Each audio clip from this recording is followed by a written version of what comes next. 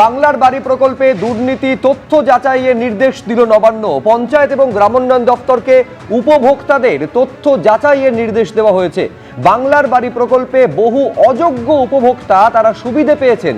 সরকারি কোষাগারের বিপুল অর্থ নয়ছয় হয়েছে। এখন এতে কি রয়েছে আরো বিস্তারিতভাবে আমরা জানবো। রুমা পাল আমাদের প্রতিনিধি রয়েছেন। রুমা,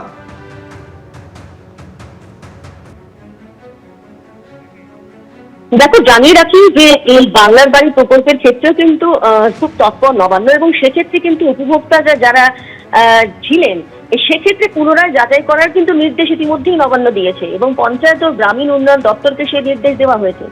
এবং বাংলার বাড়ি এমনই একটা প্রকল্প যেখানে নবান্ন মনে করছে যে বহু অযোগ্য ব্যক্তি সরকারি সুবিধাভোগী হিসেবে সুবিধা পেয়েছেন, যার ফলে সরকারি কোষাগারে বিপুল অর্থের অপচয় হয়েছে। এবং এই ধরনের যারা সুবিধাভোগীকে চিহ্নিত করে প্রয়োজনীয় আইনি ব্যবস্থা গ্রহণ করতে হবে।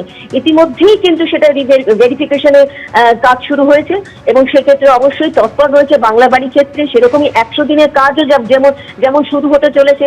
এবং সেক্ষেত্রে জানিয়ে রাখি যে একদম দিল্লি থেকে একদম যে মন্ত্রী, কেন্দ্রীয় মন্ত্রী, তার চিঠি এসেছে একদম মুখ্যমন্ত্রীর কাছে, এবং সেখানে তারা 1 জুলাই থেকে যে অ্যাক্ট চালু করতে চায়। এবং সেক্ষেত্রে জানিয়ে রাখি যে 100 দিন যাতে দুর্নীতি মুক্ত 100 দিনের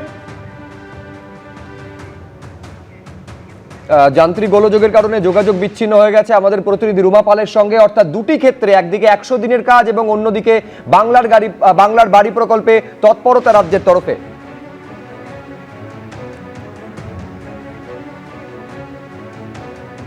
অন্যদিকে পালাবদলের পর ফের কেন্দ্রীয় 2 প্রকল্পে বিপুল বরাদ্দ পেল রাজ্য।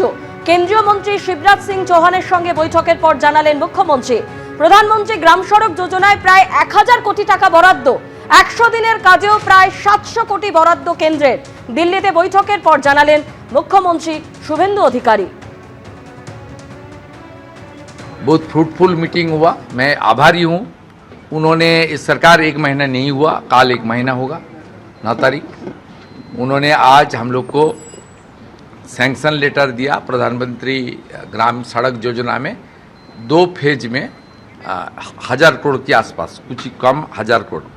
और इस महीने लास्ट डेट है हमारा मनरेगा का। उसका बाद नया स्कीम आ रहा है ग्रामीण रोजगार क्षेत्र में, उसके ऊपर भी इस महीने में काम करने के लिए 700 करोड़ से ज़्यादा उन्होंने आज सैंक्शन लेटर दिया, और रुपया ट्रांसफ़र भी हो जाएगा और काम भी होगा।